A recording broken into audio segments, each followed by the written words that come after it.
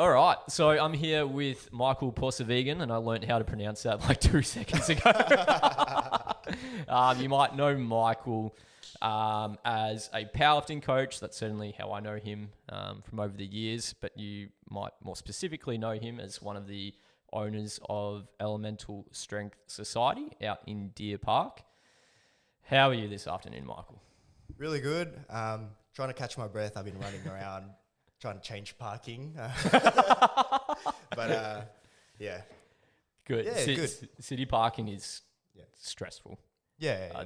Like, even though we're in the city here, the big city, I've like avoided at all costs. Like, I'm trying to stay out of it as much as I can because it stresses me. So I used to work at the CAS. So I used to work at Crown Casino, and we had like a pass for exhibition. So normally when I go to the city, that's where I park. I still have it. Yeah.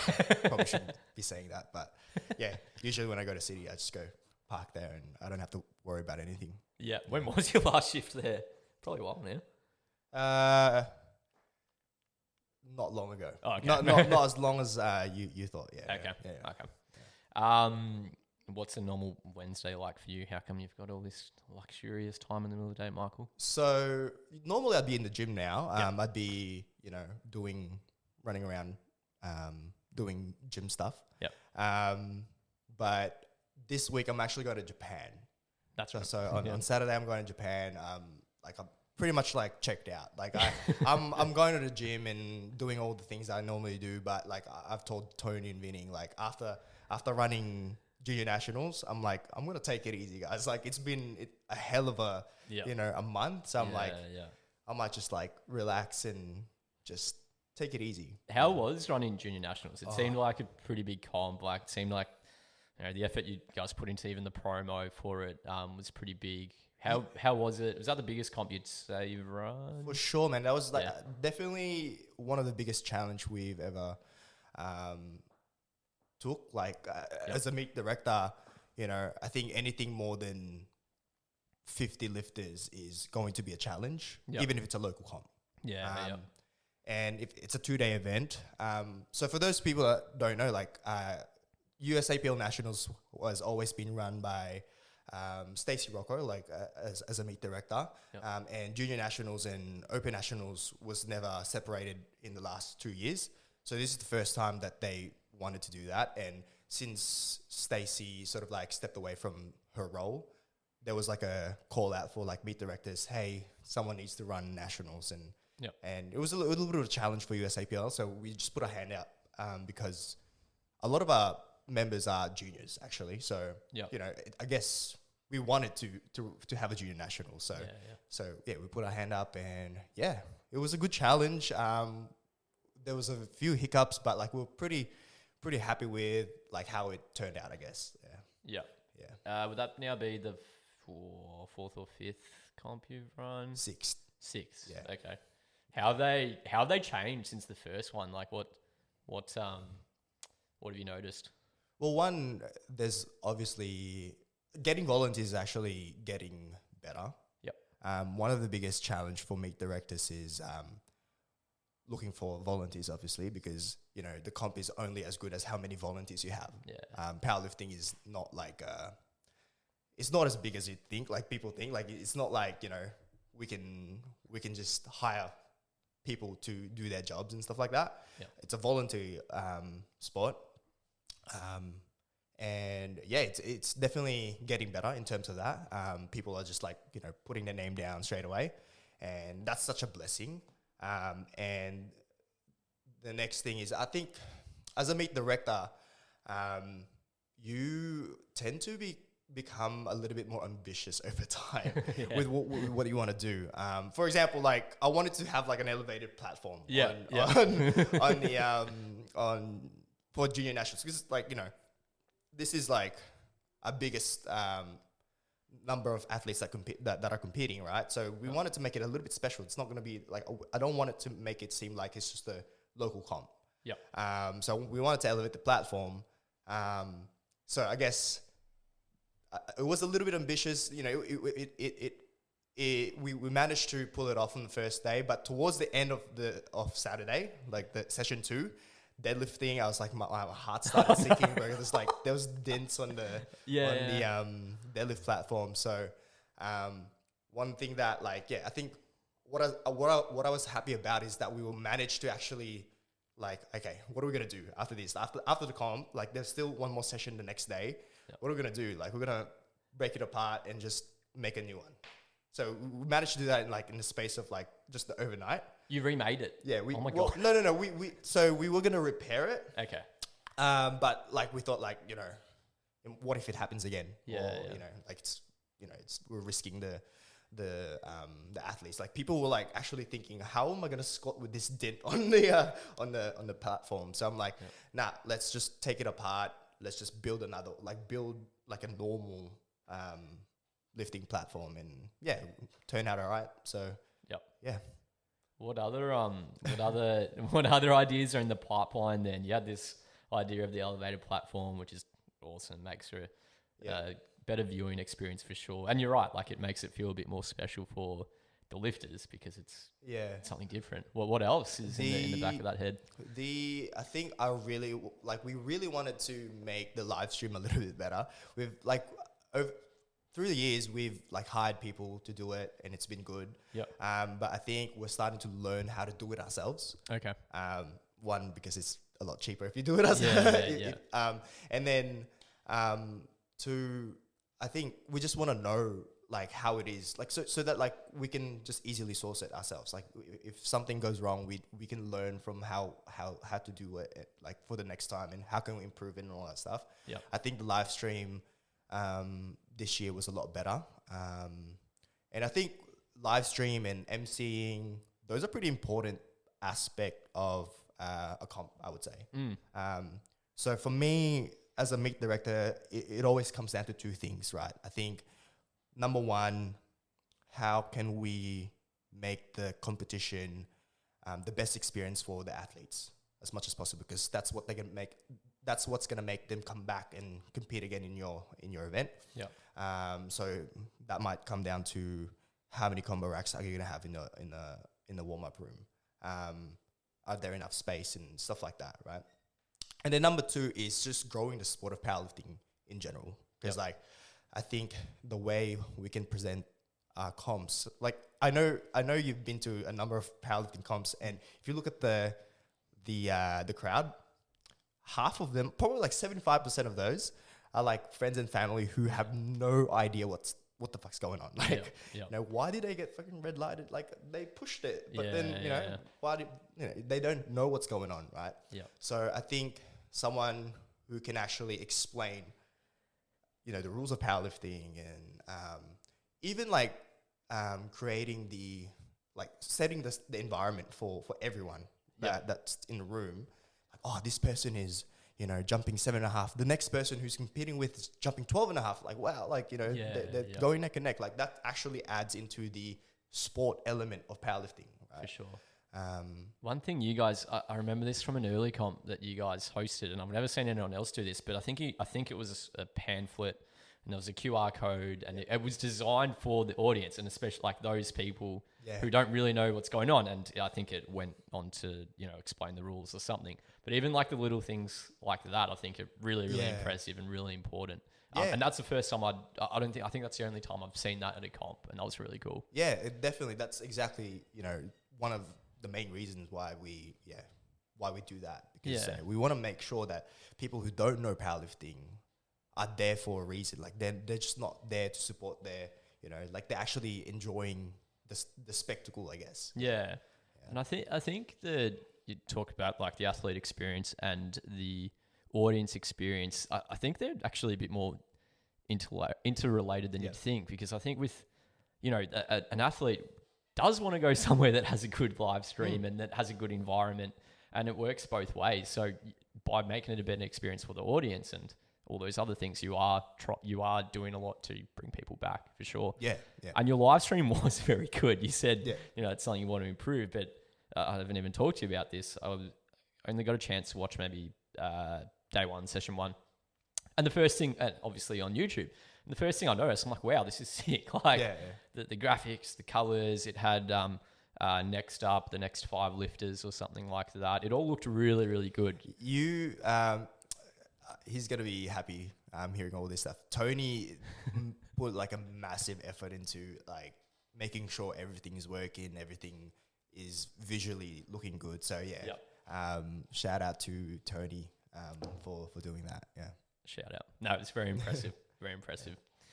How many comps do you guys like want to be able to run per year? Like, how do you, I guess, approach it from the gym's perspective? Like, obviously, comps are great for the gym itself. It's great for putting the gym out. At the same time, it like does come at a cost of time, effort, and money. Like, I guess, how do you see it? Like, how do you see the benefit of comps for your gym, and like, what's an ideal year for you? Would you like to run 2, 3 comps a year? It might not be something you've thought about. I think 3 comps a year is a perfect sweet spot for a lot of gyms out there. Some people might just do 2, and they might have like a novice comp going on the side or something like that. Yeah. But I think 3 is good. I think this is one thing that we really wanted to do in the first place. When we started Elemental, comps were already going to be part of our every decision. Like, it's not, we're not just a membership based type of gym. We're not just a gym with coaching and all that stuff. I think because we sort of like want to integrate powerlifting into the culture, the business, right? I think, the idea of running comps is always going to be there. Yep. And it's something that we really enjoy. We enjoy coaching, man. Like, so, I guess putting an environment where we can actually do what we love, it's always going to be part of it. Yeah. Yep. But yeah, 3 comps a year is probably going to be a good number for us. Yeah. Yep. Yeah. Awesome. Comps aside, what's your training life like at the moment? I did do some background research. And I listened to one of your podcasts, and apparently you just don't stop training powerlifting most of the year. Just don't stop. You keep getting after it. Actually, sorry, I'll add something here. You said something that I really liked how you phrased it. You said, people refer to an off season or on the season, but you'll simply refer it to as, are you either prepping for a comp or you're not? Yeah. And I think it's a great way of putting it. I don't think it's that I don't think it's that complicated. Like, man, like, even I'm sure if you're calling yourself in an off season and I see you squat, bench and deadlift, is that not powerlifting? Like, it's not that technical, I think. I feel like that idea of an off season is built from maybe like potentially like narratives in the past that are like, off seasons are really non-specific, and they're out there training, like, put the barbell away. I think maybe that's what where that's derived from. Or even like the specificity of like the main compounds, right? Like, stay away from low bar or something like that. Like that whole idea, like, you don't have to be hyper specific all throughout the year type of, just so that you can have a little bit more of enjoyment with actually going to the gym and stuff like that. Yeah. If someone really loves powerlifting, they can keep doing for as long as they want, I guess, right? Correct. And so where are you now in that? I'm assuming not prepping for comp. So it's been funny ever since we started Elemental, right? My training blocks have always been interrupted. Yeah. It's either we're doing something massive for the gym, like, for example, we just recently did renovations. It was just impossible for me to actually just have like a solid 2-3 blocks of training where I can actually have like a proper peak or whatever, right? Yeah. But like training, I was still training like I should be training. My last block that I did before the comp, obviously, like I was hitting old numbers that I was hitting when I was prepping for Apex, which awesome. Yeah, which was my, I guess, according to Den, my breakthrough performance. But yeah, so it's been good. It was good. Yeah. And now, like, I think I guess this is a proper break because I'm actually going on holiday for like 3 weeks. Oh, awesome. So we're going to Korea and Japan, and I don't think I'll be able to train there. So Yeah. I guess that's a proper break. Yeah. What does your training look like to give people a bit of an idea? Is it plenty of high frequency squat, bench and dead? How would you describe it? How would you summarize it?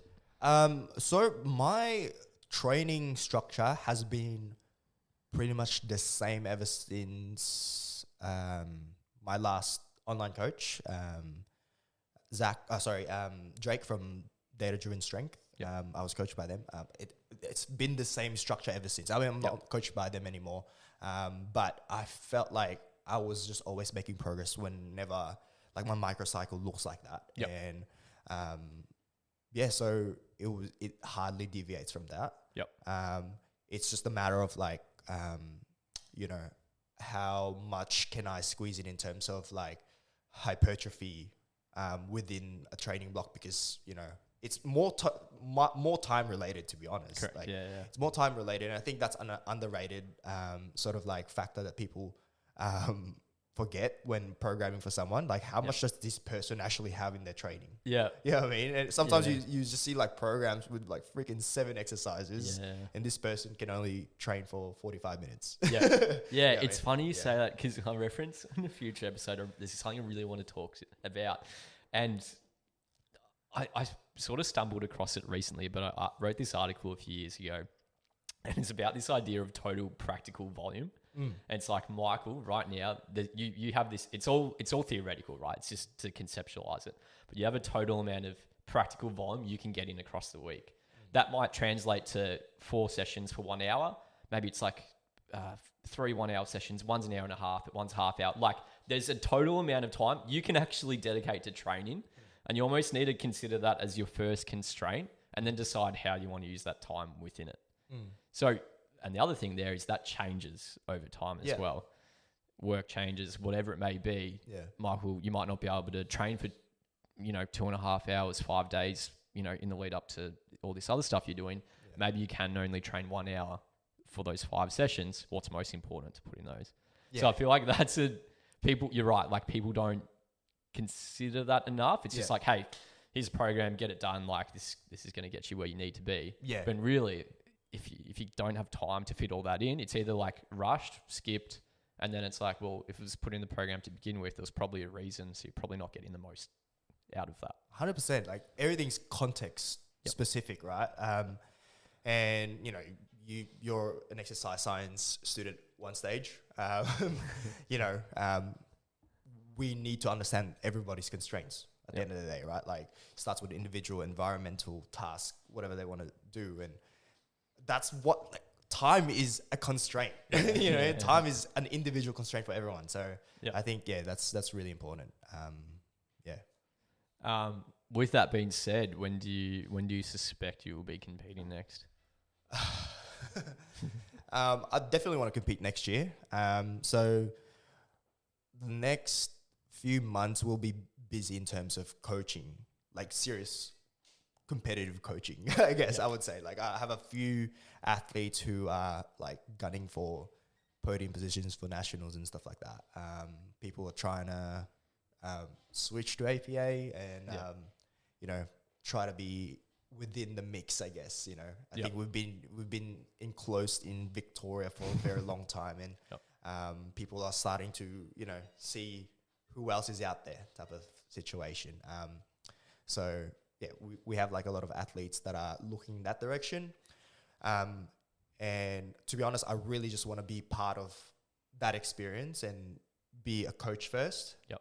Once things settle down a little bit, I really want to hit like a 700 kilo total. Yep. I'm sitting at 86 kilos right now. Yep.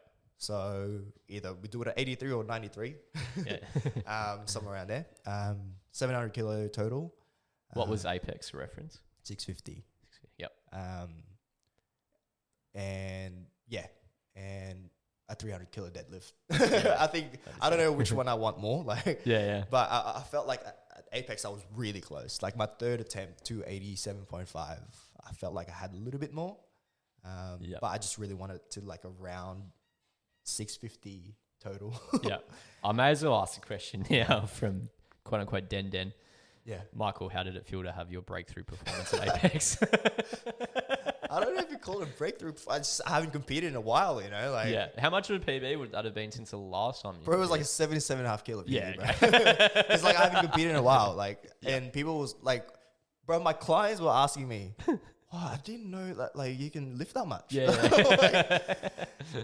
been powerlifting for a while, but like I was never like proper competitive in the national level. Like I've competed in junior nationals and but I know how to train. I know how to lift. No,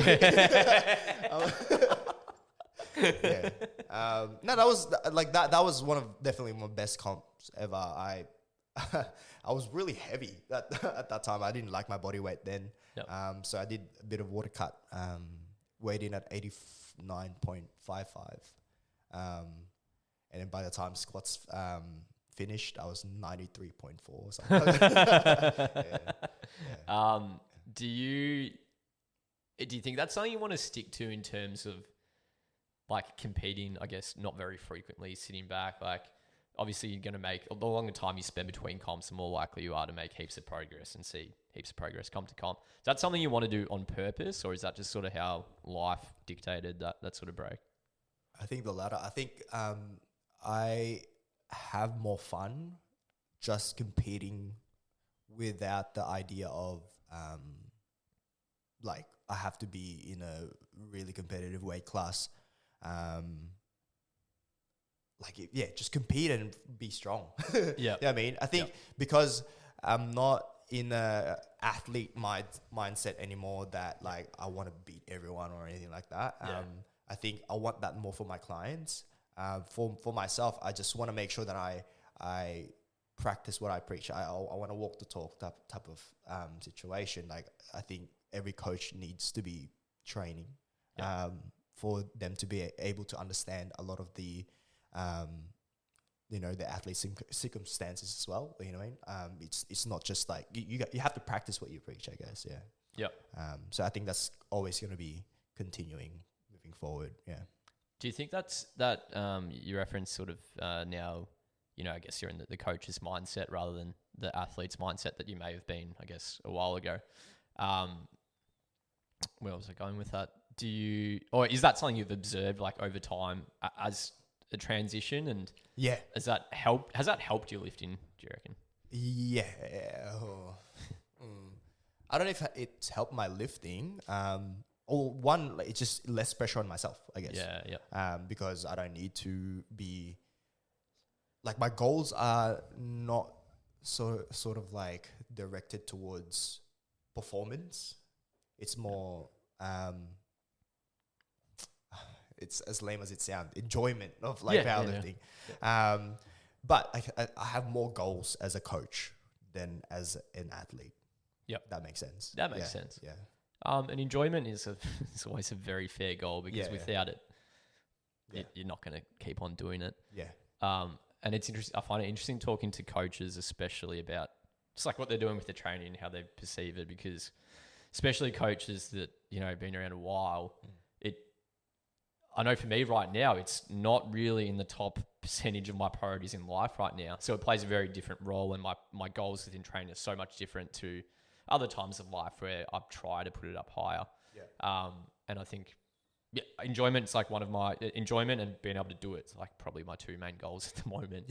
Because I know that when it's time to, next year when I decide to do a comp again, I will then make that a higher priority within my life, which obviously then comes at the sacrifice of other things. But I know I'll be able to do well with it. But right now, if I don't understand where it is in my life, and I don't, if I fail to acknowledge, okay, it's actually pretty low down, I need to adjust my training to at least make sure I'm still training, then I won't train. And I've done that in the past. No, it's a fair point. Like, I think, at the end of the day, powerlifting is our job, I guess. Or I mean, like, training people is our job.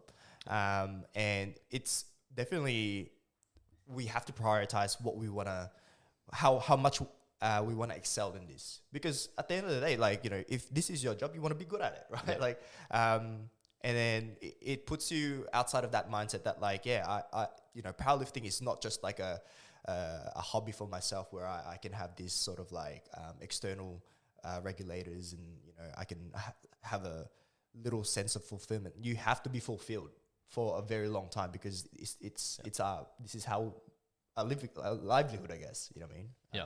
Yeah. No, definitely. One thing I also really like picking the brains of coaches for is, and you sort of referenced it before, you've had multiple coaches over the years. You started with Tang. That's probably when I first met you. You start with Tang? No.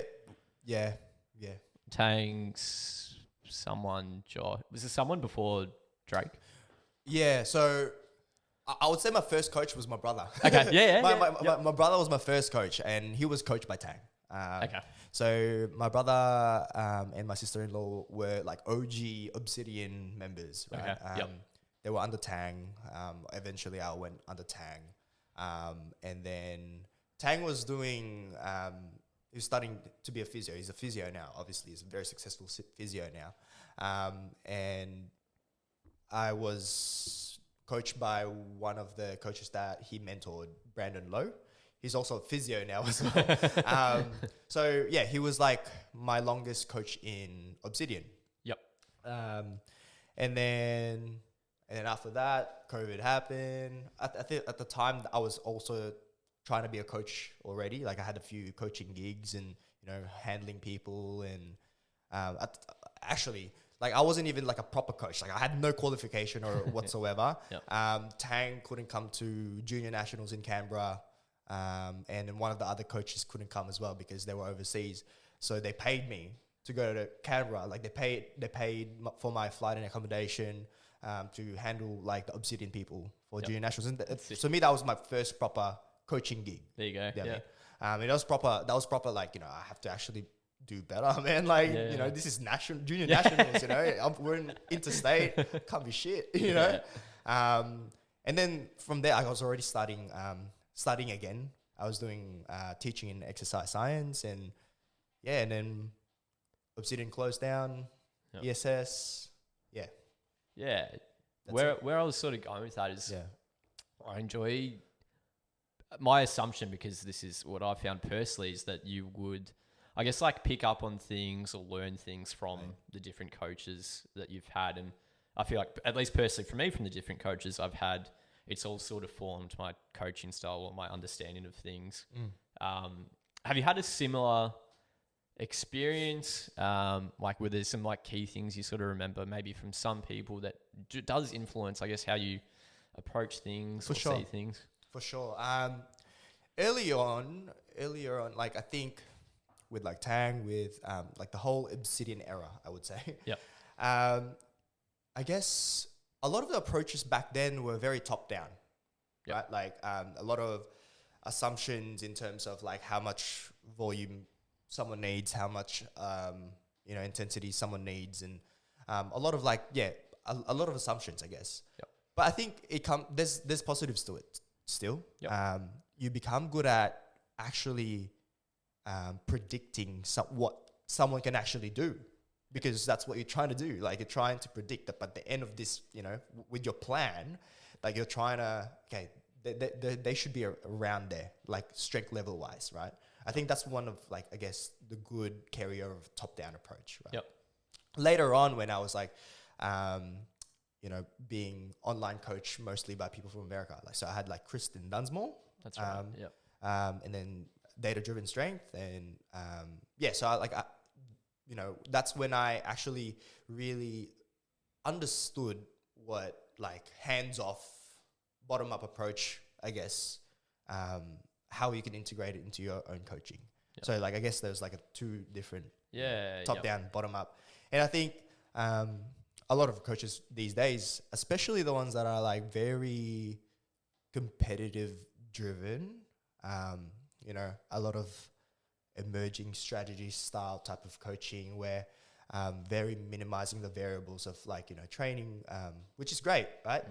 And I think I would say like I'm leaning like in terms of like where I am in terms of the spectrum. I think maybe I'm a little bit more towards there when it comes to my competitive athletes.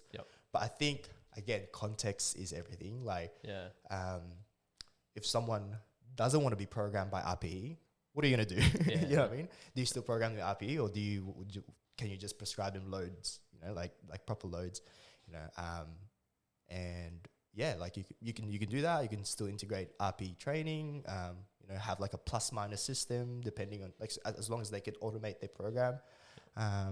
Yeah, so I think those are the big two differences, I guess, like the hands on, hands off, top down, bottom up processes, I guess. Yep. Yeah. I don't know if you want me to go into more specifics with that. No, I love it. Yeah, That's perfect. Yeah. That's perfect.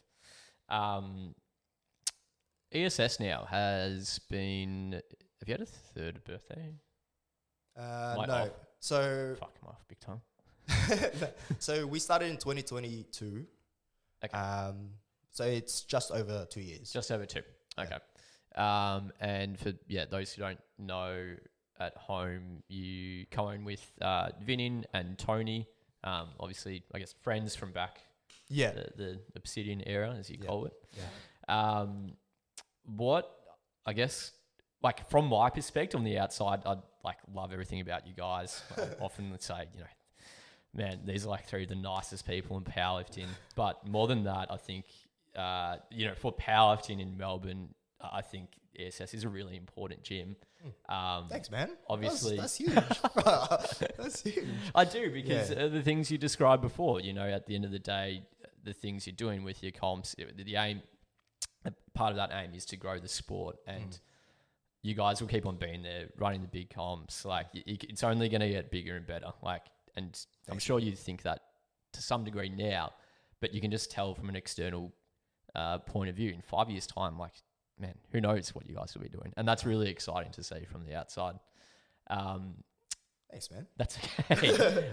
With that all being said, like, where are your heads at? Like, is there somewhere you want to be able to take ESS? Like, what I guess future plans are there for ESS? Well, I think we've spoken about meet directing before, and I think one of the things that, like, you know, inspire me with when it comes to like running comps like that is JP. Like, JP was able to innovate like competitions, I guess, like with team champs, and I think, you know, that's someone who JP's always been like a early inspiration for me. Like, when he was like an Obsidian coach, like I was seeing him like, he was a celebrity. JP was a powerlifting celebrity, you know what I mean? But I think we've spoken about like meet directing and all that too much. I think in terms of like ESS as a whole, you know, it's sometimes funny that we forget that like it's only been 2 years for us, and I feel like you know, we've been around the Melbourne scene, I guess, for a while, I guess. But it's more like the things that we want to do. Like, so we this year we did a strength school. Yep. So we did like an elemental strength school, and that was sort of like a first try with like a beginner program as a collective type of approach. Yep. But it's definitely something that we want to refine, and we're going to run it again. Cool. So that's something that we want to keep doing. I know other gyms run it too. Like, I think the Strength Fortress like have their barbell club. Yep. I think it's really important. Like, things like this are really important to grow the sport. Yeah. You know what I mean? One thing that I always tell people when it comes to like vision and whatever, like whenever they like, you know, what are your plans for Elemental Strength Society? I think it always comes down to, again, growing the sport of powerlifting and the pursuit of strength training, you know, all that stuff, right? You know, making people realize that their true potential and stuff like that. It's funny, we almost don't try to market for powerlifters. Okay. Does that make sense? Like, because powerlifters will go to powerlifting gym. Yeah. They know that there's a powerlifting gym there. They would go to a powerlifting gym. Like, you don't have to, hey man, we're the best powerlifting gym there, you know, like come down. But it's, how do we grow the sport? Like, we need more powerlifters, right? So we kind of have to like put that idea to a lot of people out there. Like, if you go to like a commercial gym they're doing squat, bench, and deadlift, they probably just don't know that this is a sport. You know what I mean? Yep. It's about like opening the idea of like, you can take this seriously and, you can become a powerlifter. And that's growing the sport. You know what I mean? That's actually increasing the numbers. Yep. So in terms of like who we want to target, it's actually not too much powerlifters. It's more like, Does that make sense? Yeah, it makes a lot of sense. Yeah. You mentioned earlier that you guys do have a lot of juniors at the gym. How do you think that, with all that in mind, powerlifting isn't, a super well-known sport to the general population. Why would you think, what's your best guess of like why all these juniors are now starting to appear? So juniors, someone under 23 years old. How do you think these people are starting to become aware of the sport? Obviously social media is massive. A lot of like fitness influencers are doing powerlifting, I guess. That's definitely one thing. But I don't know. I actually don't know. Like, I think I'm just really happy that a lot of younger people are starting to pick up a barbell early on their life. I think I started really late, bro. I don't know how old were you when you started training. I started training when I was 21. Yeah, okay. Yeah. So for me, that's really old. Like, I only have 2 years of juniors then. You know what I mean? So to see a lot of people, doing barbell training is, I think that's one thing, and it's all like influencing one another, I guess. Like, that my mate's doing this, I want to do it too. Yep. Type of culture, I guess. Yeah. I don't know. Have you observed? I think something sort of like widely understood is that with junior lifters, especially who come, really, really eager, like they make heaps of progress early. There is a tendency for them to fall out of love just as quick as well when things start to slow down, or things don't go their way, or an injury pops up. And I find it interesting talking about this because I'm not sure if it's a question, also a discussion I want to start, because I'm interested in your thoughts. But I feel like, powerlifting is a sport, but it's not like sports that people are used to. When people play tennis, they've usually played it for 8 or so years as a club they keep on going back to. But powerlifting a lot of the time isn't, I think, treated as a conventional sport. It's almost like you might stumble into it, most likely because you've had some sort of, you train already to some degree. And it's like this next cool thing you can do. But it's not like you're then signing up for a football club and then you're it's part of everything you do. And I feel like there's, I don't know, I feel like maybe sometimes people are a bit too, not harsh, but they think, this person's going to burn out. Like they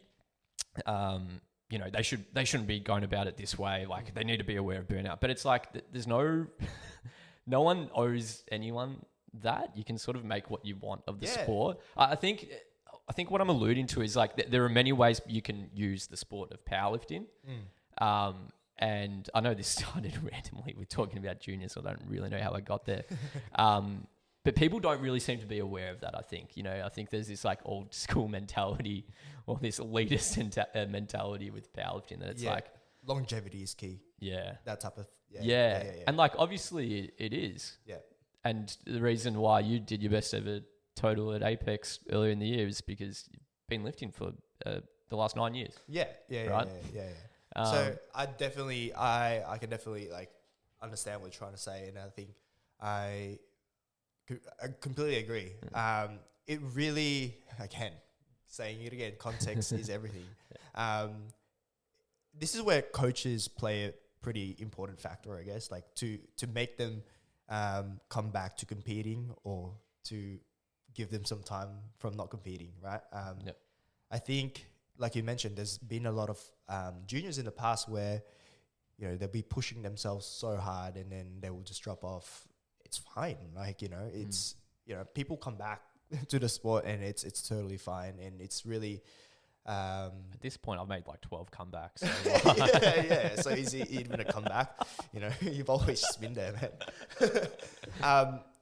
So it's like you really have to ask the lifter, like, okay, like in your as a goal, right?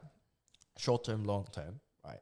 If you see powerlifting still there within the next 3 years, then let's have this type of approach. I guess then you can, I guess, like go for that longevity route or whatever. Yeah. But say like, you know, this lifter wants to be, you know, representing Australia this year. Yeah. Then you have to like match their expectations, I guess. Like you have to challenge yourself to, you know, it's a little bit difficult, but I guess like if the lifter told you that, then that's the mindset that they have. You can educate them to like have a little bit more longevity and, you know, take the long-term approach or whatever. But I think it's okay. It's okay if like the lifter doesn't want to do that. Like you can just assist them to doing what they want to do, I guess. Yeah. And just have them, you know, give them some autonomy. Like you don't have to control their life, I guess. Yeah. I think the best thing you can do is just sort of lay out all the cards. Yeah. Trying to educate. It always comes back to education. Like educate someone as much as you can. This might happen if we do this. This might happen if we go this route. This might happen in 3 years if we decide this. But at the end of the day, I think it's really up to the person. Yeah. There's only so much we can do, man. I put up a question box, and I told you it'd probably be average. And it's a mixed bag. It's a mixed bag. We're going to go through them now. First one being, what would you say was the hardest part about opening a gym? I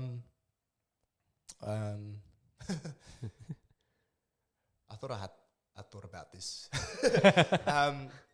I think we spoke about this in one of our podcasts at ESS. I think it's really hard to please everybody. Yeah, I mean, you're going to be working with so many people, different people, and they're going to like specific things, right? And that's the hardest thing. I think you want to be able to cater for everyone, but I think it needs to be a balance of making sure everyone's being catered to. I guess you're not like biasing one side or the other. That's one thing. Obviously, the financial aspect of like, you know, owning a business and stuff like that is always going to be difficult. And apart from that, that's it. I think it's been really good. Like, you know, we learn on the job, I guess. Like we started the gym not knowing a lot of things. We had to learn so many things from scratch. Right. I feel like I've turned into a tradie. Like, you know, it's like during the prep for junior nationals, I was cutting wood, freaking building steps, and, you know, for the elevated platform. Like these are skills that I never did in the past. And anyway. No. It's funny. I've like painted a goal board on the wall. I'm like, I've never really painted something before. We did like a flooring, like this type of floorboard floorings after we renovated the mezzanine. I'm like, I've never thought in my life I'd like be putting floorboards like this. Yeah. What's the setup like now? So I think I told you the last time I visited, there was no mezzanine. Yeah. What's the layout like now? What's gone up there? So I don't know if you remember last time you went, like we just had the reception in front of the garage door. Yeah. So that's all gone. It actually opened up the space so much more. Yep. We had like underneath the mezzanine, we have like a hex light installed by Hung. So Hung has this like business on the side, Hex Illuminate. Shout out Hung. And that's where we have our combo racks and stuff like that. Yep. And then we have like our machines towards the side of the wall. Then dumbbells and mirror, and then deadlift platforms in the middle. Keeps it nice and open, I guess. Yeah. Nice. And then at upstairs, that's where we have like our office, I guess. And we have like cardio machines upstairs as well. Yeah, cool. Yeah. Sounds good. I'll have to come down soon. Yeah, man. Similar sort of question. Yeah. Biggest learning from starting a business? Similar. Yeah, I guess.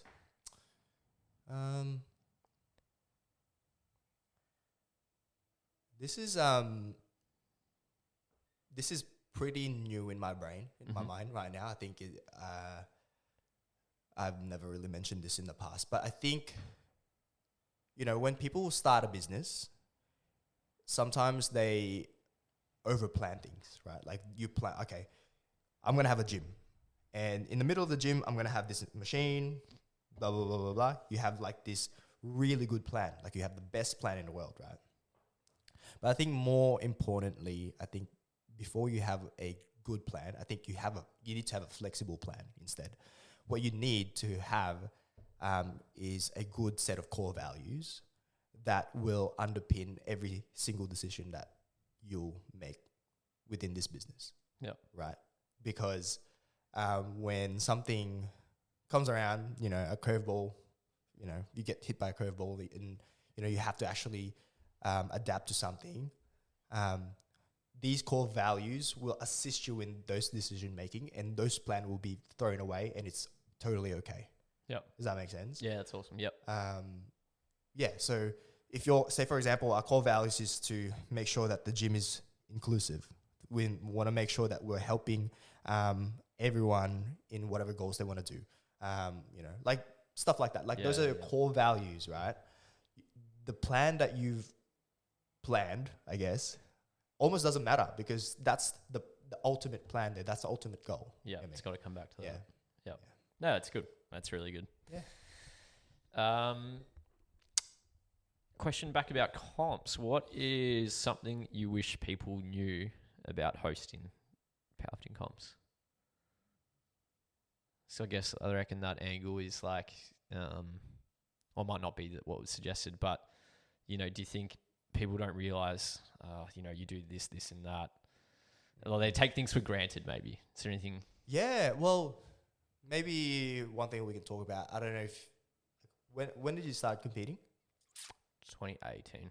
Yeah. So at the time, there's only a few gyms who had like the best warm-up room. You know what I mean? Like not every like powerlifting gym had like all combos. Yeah. Right. I think you need to be, I think a lot of our members actually are being spoiled, to be honest. Like they compete at our comp and it's like, combo racks everywhere. Yeah. Whatever. Yeah. You go to another gym with no combo racks and they hold a comp there. You need to be prepared. Like, you might be squatting with someone who's a lot shorter than you and you have to unrack the bar. It's not squats. Yeah. You know what I mean? Like, I've for the half of my experience as a powerlifter, that's what I had to do. Like I had to actually, bench on a squat rack and then put a Willy bench there. You know what I mean? Yeah. So don't take all these stuff for granted, and a lot of these things are luxury for older lifters, I guess. Yeah. Yeah. Yeah, you're right, and you're right because not even just powerlifting gyms. Like there's now, calibrated plates and combo racks in just gyms you'd never expect there would be. Anytime fitness. Even anytime. Yeah. Exactly. Another thing is again, powerlifting is a volunteer run sport. Make sure that I said this both days when I was when we were running junior nats. Like whoever you